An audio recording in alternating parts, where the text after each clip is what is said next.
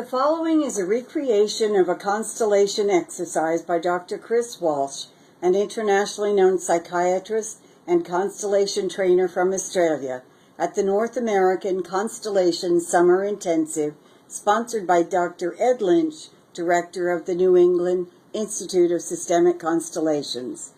The dolls are from Liz Jelinek doll collection and represent the participants at the workshop. Liz is playing herself, and the facilitator is played by Jane McLaren, standing in for Dr. Chris Walsh. Great Spirit, guardian and creator of the holding field, we ask that you be here with us today as we travel the road of providence to bring healing to all those who are present and to the ancestors who have gone before us. With humiliation, we get stuck. With humbleness, we get up from the ground. The mind goes blank when shamed, so accessing shame is a tool to reconnect with the traumatic experiences in our lives. And so when we bow to the fate that a person in our life has had, and when we let go of judgments, projections, and blame, we can let go of the separating mind and reconnect through true love and compassion. Bowing is a movement back into self that precedes a genuine encounter with another. This is the connection between humility and shame. Shame results from an interruption or a rejection or disapproval from another. But shame has an evolutionary survival value as well, because shamelessness is a danger to both ourselves and others. Some people develop dysfunctional ways of dealing with shame, some by behaving aggressively, by attacking or blaming another. Others avoid the feelings altogether by retreating into shamelessness, often involving the use of alcohol or drugs. However, if we develop a healthy relationship with shame, then instead of fighting or criticizing ourselves or others, we recognize shame as a natural mechanism that slows us down. Bowing in a constellation is an important key to understanding, so we bow to fate, or to the fate of another. This generally has a significant effect on the recipient. If the bow is explored mindfully, the bow can be felt completely, along with any resistances. Then the bow can go as deep as necessary and can be felt internally or expressed externally.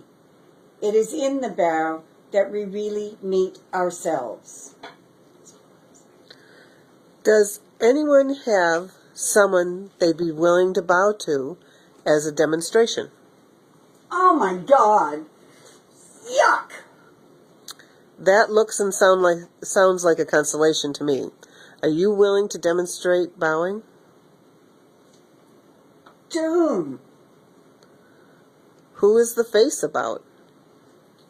My mother, I guess. Are you willing to bow to your mother? That's not an easy request. Are you? I guess so. Are there any shaming experiences you can think of in your family? Did anyone have a handicap or mental illness? Well, my mother had polio as a child, and her mother hid her. She wouldn't let her go to school with her brothers and sister. Will you choose two representatives? One for your mother and one for your grandmother.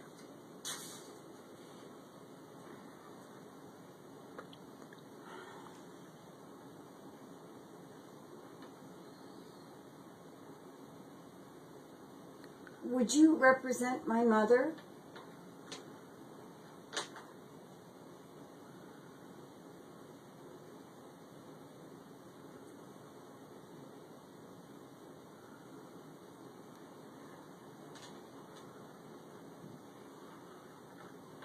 Would you represent my grandmother?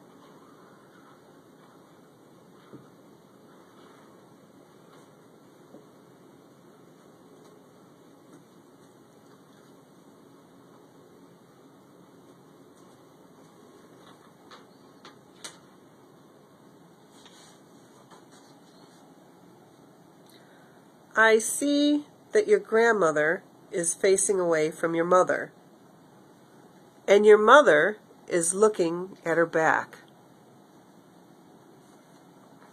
Yes, they didn't really have a great relationship. My grandmother lived with us since before I was born.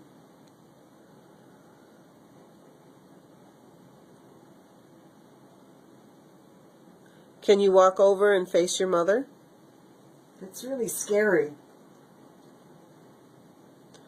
Mother, can you turn and face your daughter?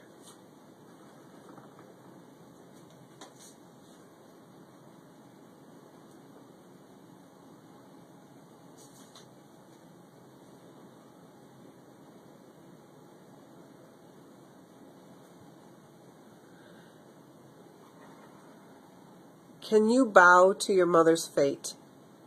She had a hard life. She suffered from a debilitating childhood disease.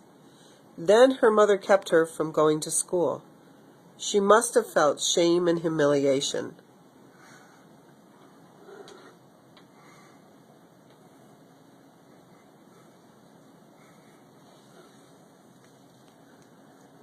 Is that as far down as you can go? This is really, really hard.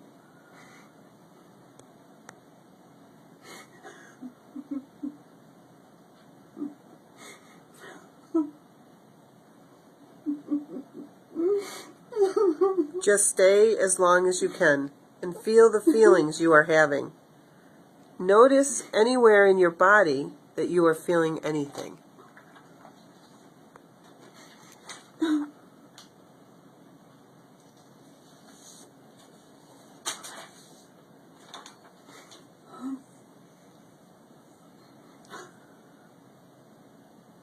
When you are ready, you can begin to come back out of the bow.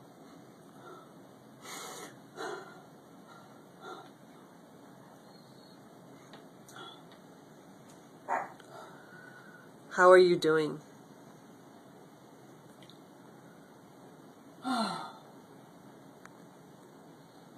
I see her differently now.